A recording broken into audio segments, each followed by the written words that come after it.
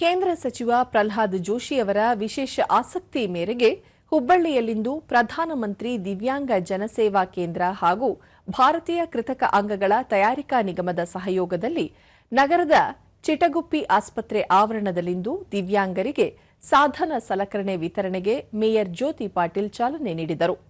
ಈ ವೇಳೆ ಉಪಮಹಾಪೌರ ಸಂತೋಷ್ ಚವಾಣ್ ಅವರು ಫಲಾನುಭವಿಗಳಿಗೆ ಬ್ಯಾಟರಿ ಚಾಲಿತ ತ್ರಿಚಕ್ರ ವಾಹನಗಳನ್ನು ವಿತರಿಸಿದರು.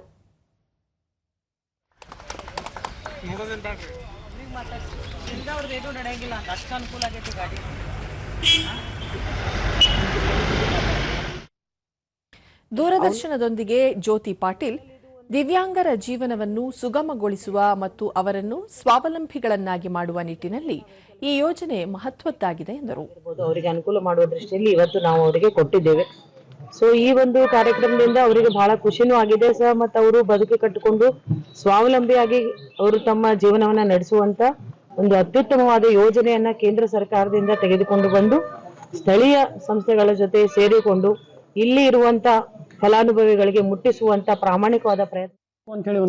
ಈ ವಾಹನಗಳಿಂದಾಗಿ ಈಗ ನಾವು ಉದ್ಯೋಗ ಮತ್ತು ಸಂಚಾರಕ್ಕೆ ಇತರರ ಮೇಲೆ ಅವಲಂಬಿತರಾಗುವ ಅವಶ್ಯಕತೆ ಇಲ್ಲ.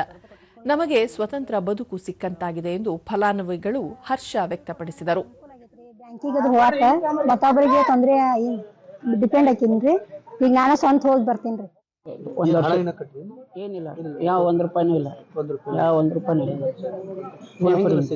ಭಾಳ ಅನುಕೂಲ ಐತೆ, ಭಾಳ ಅಂದ್ರೆ ಭಾಳ ಅನುಕೂಲ. ಎಲ್ಲಾದ್ರೂ ಅಡ್ಡಾಡ್ಬೋದು.